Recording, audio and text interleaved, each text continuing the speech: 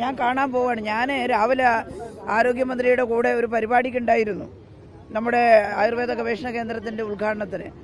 അതും കഴിഞ്ഞ് ഞാൻ നാട്ടിലൊരു പരിപാടി ഉണ്ടായിട്ട് അങ്ങോട്ട് പോയതാണ്, മട്ടന്നൂർ. അവിടെ എത്തിയപ്പോഴാണ് ഈ കാര്യം അറിയുന്നത്. ഞാൻ ഉടനെ ഇങ്ങോട്ട് തിരിച്ചതാണ്.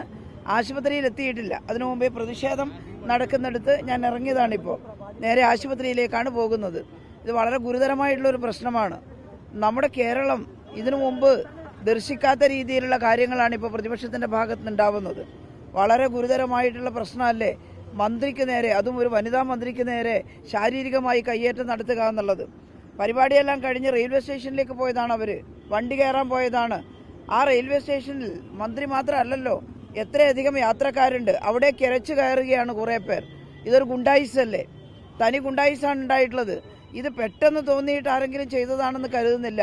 ആസൂത്രിതമായിട്ടുള്ള ഒരു ആക്രമണമാണ് ഉണ്ടായിട്ടുള്ളത് എന്ന് തന്നെ നമുക്ക് പറയാൻ സാധിക്കും. അതിനാരാണോ നേതൃത്വം കൊടുക്കുന്നത്, ആരാണിത് ആസൂത്രണം ചെയ്തത്, അവരോടാണ് നമുക്ക് പറയാനുള്ളത് ഈ തീക്കളി അവസാനിപ്പിക്കണമെന്ന്. ഇതൊരു കാരണവശാലും ശരിയല്ല. ഇങ്ങനെ എല്ലാവരും തുടങ്ങിയാൽ എങ്ങനെയാണ് നമ്മൾ ഈ സമൂഹത്തിൽ ജീവിക്കുക? പറയാനുള്ളത് പറയട്ടെ. കേരളത്തിലെ പ്രതിപക്ഷത്തെ സംബന്ധിച്ചിടത്തോളം ജനകീയ പ്രശ്നങ്ങൾ അസംബ്ലിയിൽ ചർച്ച ചെയ്യാൻ പോലും തയ്യാറാകാത്തവരാ.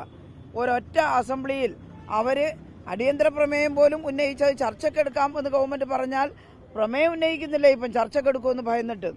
അപ്പോൾ രാഷ്ട്രീയ പ്രശ്നങ്ങളെ പരസ്പരം സംസാരിച്ചും ചർച്ച ചെയ്തും നേരിടുന്നതിന് പകരം ശാരീരികമായി ആക്രമിച്ച് പരാജയപ്പെടുത്താമെന്ന് കരുതിയോ?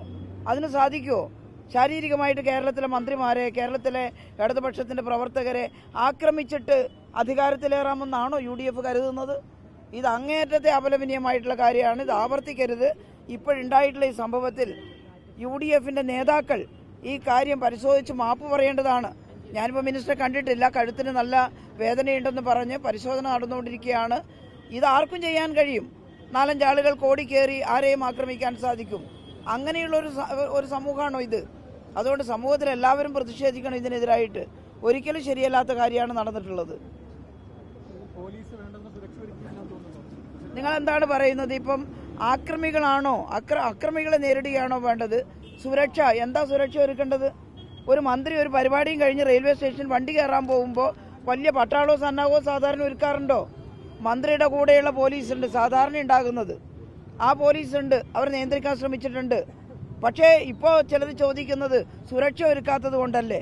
എന്ത് സുരക്ഷ? ഓരോരുത്തർക്കും സുരക്ഷ ഇങ്ങനെ പട്ടാളച്ചിട്ടയിൽ ഒരുക്കുകയാണോ ഒരു ജനാധിപത്യ രാഷ്ട്രത്തിൽ ചെയ്യുക? സുരക്ഷയില്ലാത്തതല്ല കുഴപ്പം.